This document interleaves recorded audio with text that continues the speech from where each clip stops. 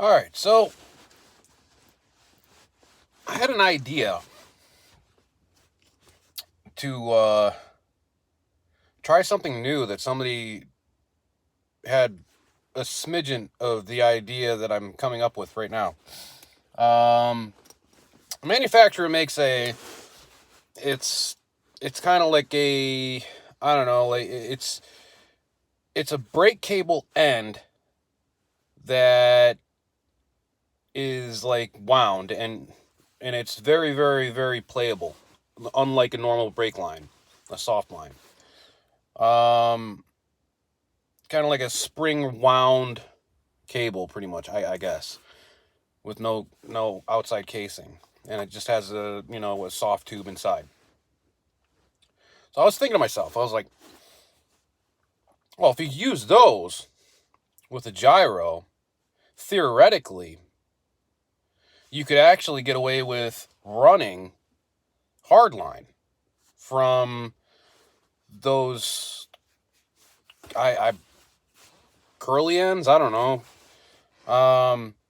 So I'm gonna run a hard line from the bottom of the gyro all the way to the back of the bike for the rear brake, and I am going to attempt to actually put a hard line on top too. And if that works, then I'm gonna hard line the front brake as well. The whole bike will be hardlined. I will be using the interior straws that are inside normal brake cable housings. You can buy those by themselves, and if you can't find them, you can usually go to like Walmart and buy a cheap brake cable and just pull it right out. And all I have to do is just basically insert those into the aluminum piping that I'm going to be using and get the result that I want. The benefit of this is whenever you pull down on your brakes, 25% of the energy you're doing when you're pulling down on the brake is lost because the cable housing is kind of flexing. And when it's flexing, it's putting pressure on the sidewalls and everything. So in my mind, if you eliminate all of the flex, I mean, minus those, I mean, theoretically, I don't even need to use the flexi ends, but the first time I'm going to do it, I'm going to use those.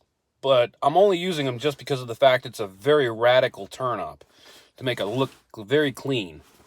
Because a lot of people, when they set up their gyro, they have these really huge loops. And, I mean, we're talking like, 4-inch radius loops. If I can cut that down to 2-inch radius, then theoretically, it'll be a lot cleaner look. And I think it'll be put enough pressure on that flexi end piece that will not add to the resistance. So if I still feel resistance, I'm going to try it again with just solid line all the way up to the gyro and just pipe bend the ends and basically make a permanent bend in it. Grand scheme of things, I think basically to do a full bike hard line, front brake, rear brake with dual line gyro, bottom and top. So I like using those mod levers. The grand total, I'll probably say like a roll of that interior line that I'm going to need is probably going to be like $8. And because I'm making the line myself, I don't even have to worry about the size of the interior line. I can get really big stuff, or I can get like high-end double-coated, basically pure Teflon line. And then the aluminum pipe is going to be such a small pipe that basically I'm probably going to be dealing with $25 worth of material in just the pipe alone, and then basically the $8 to do the thing. So like what, $33? I already have the cables. I'll just reuse the cables that I have. And I mean, other than the rear gyro, I mean the lower part of the gyro, those kink cables that I have for that, I think I won't be reusing. I think I'll just go and just buy just two cheap brake lines, and or just, you know, the cable part of the brake line. Because if you buy the housing and everything with it, it's like $8 versus like $3. Honestly, I think it would work. And we all know the one thing that basically makes the most noise when we do a drop test of a bike. It's the brake cables. That's the reason why basically brakeless bikes sound like, you know, when they're built right and they don't have a free coaster on them, because free coasters make noise when you drop them. I think it'll make the whole bike quiet. And instead of losing brake power, I might be actually gaining brake power. So, over a standard line. So I'll probably be doing this in the next couple weeks. This is probably going to be the final project for that white bike. And then basically everything that I take in from this whole build of that bike, I'll put all of that knowledge base into the next bike, which is going to be basically the bike that I'm going to be permanently riding until the day I say I don't want to ride anymore, which hopefully will be about maybe 8 more years. Hey, you never know. Something might happen, and I might be able to ride until I'm 58. But at its look right now, the way my body's falling apart, I think I got until I'm about 49. As I'm rotating a fucking kneecap right now. My ligaments and everything are all in check. They're damaged, but they're not like horribly damaged to the point where I'm like fucking Hoffman over here, you know, fucking ordering shit from the black market to rebuild a kneecap. That story is fucked up. He didn't technically order it from the black market. He bought it from another country, and then he brought it into another country, and then he had it basically installed. But I mean, I don't blame him, because of the fact that basically, like, when you start losing mobility, like, you want to try anything you can to actually get your mobility back. The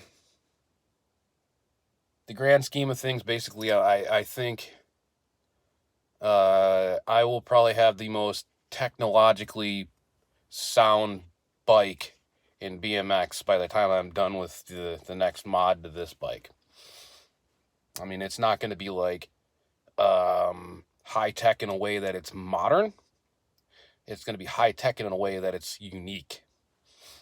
Because right before I did this video, I checked for people doing hardline mods. Nobody's doing hardline mods. This will be the only video. This will be the only bike that has a hardline setup on it. And the only bike that basically has front and rear brakes in hardline. Mountain bike, you can't do it because of the fact that there's a lot of flex. I mean, there's guys that run downhill bikes that they hardline a lot of the braking on them, but it's, from what I understand, it's hardline in the soft line so that it'll still steer and everything. But with a gyro, you don't have to worry about that because of the fact that basically the whole system that's gonna flex is on the gyro itself. So there's a free point there. And for when you're using a front brake, it's going right through the center of the steering point. So there is no flex, there is no wanting it to go anywhere.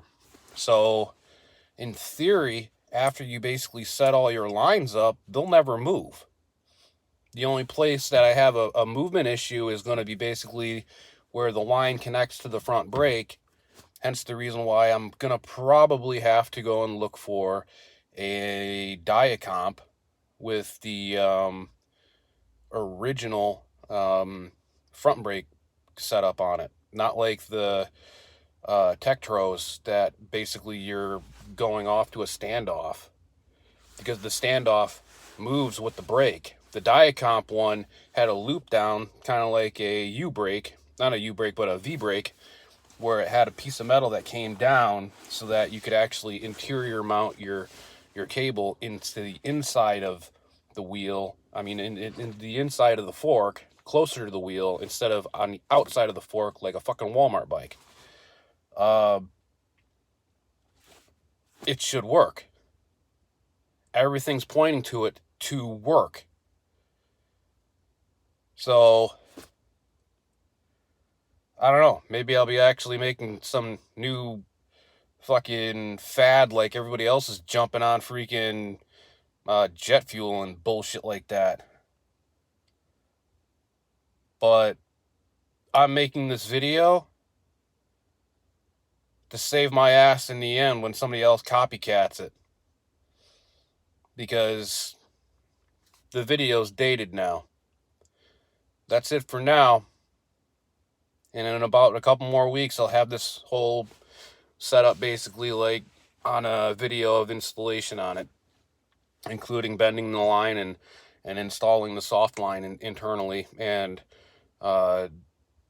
doing the way of routing. Theoretically, the London mod will still theoretically work, because there'll still be, because when you push on aluminum, it's going to bend a little bit.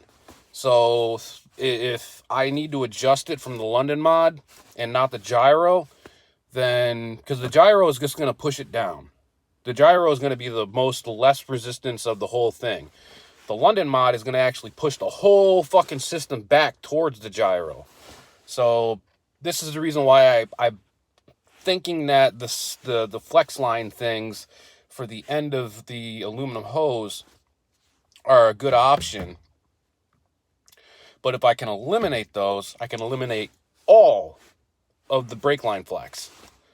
But that's it. Documentation of it going on right now, and this is what I'm going to be basically focusing on for the next couple days. And when I actually have all the parts to this, then I will make a video explaining how to actually pull this off. Now, if people want to copycat it, no big deal. But because of the fact that I do not see hardline options for BMX right now, if some asshole out there copycats this and tries to make $1 off of it, I'm going to sue the shit out of them. You know, it's the American way. All right, till next time.